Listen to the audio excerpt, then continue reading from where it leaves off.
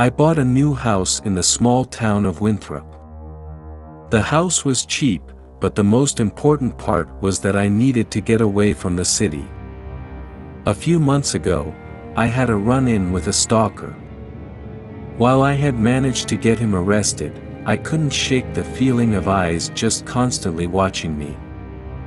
I felt like there were eyes everywhere, at home and on the street, so I decided to move out into the country to somewhere with less people, just for peace of mind. The house itself was big and somewhat old, but otherwise very welcoming. The agent who introduced me to the house had been required to mention that a serial killer had lived here in the past, which was why the house was so cheap. However, he, and later, my next-door neighbor Sarah, both told me to pay the thought no mind. Four other owners had lived in the house since then, and all of them were very happy with it. I loved the house. Its interior furnishings were beautiful and very comfortable. The people of Winthrop were friendly, often bringing over freshly baked pastries or inviting me over for dinner.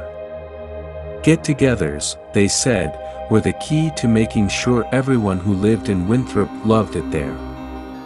Yet after a week, I stopped loving it.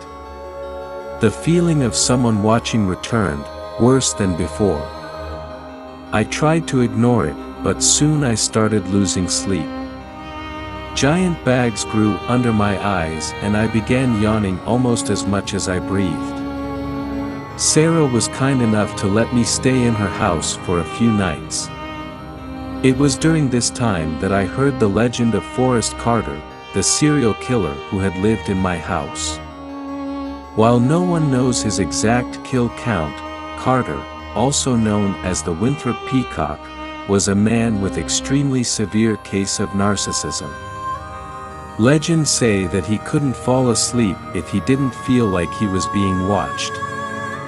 He was finally arrested for putting up a scarecrow to watch him during the night. Only it wasn't a scarecrow. Carter had murdered a 17-year-old girl, just so her corpse could stare at him.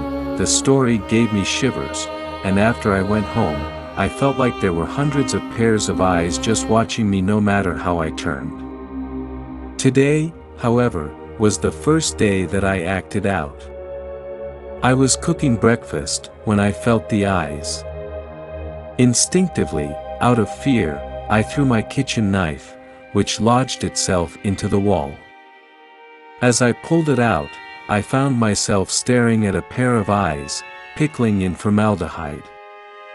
I've been watching the police peel away the drywall of my house for hours now. So far, they've found 142 pairs of eyes in little glass jars. The scariest thing is, each and every one was staring at me.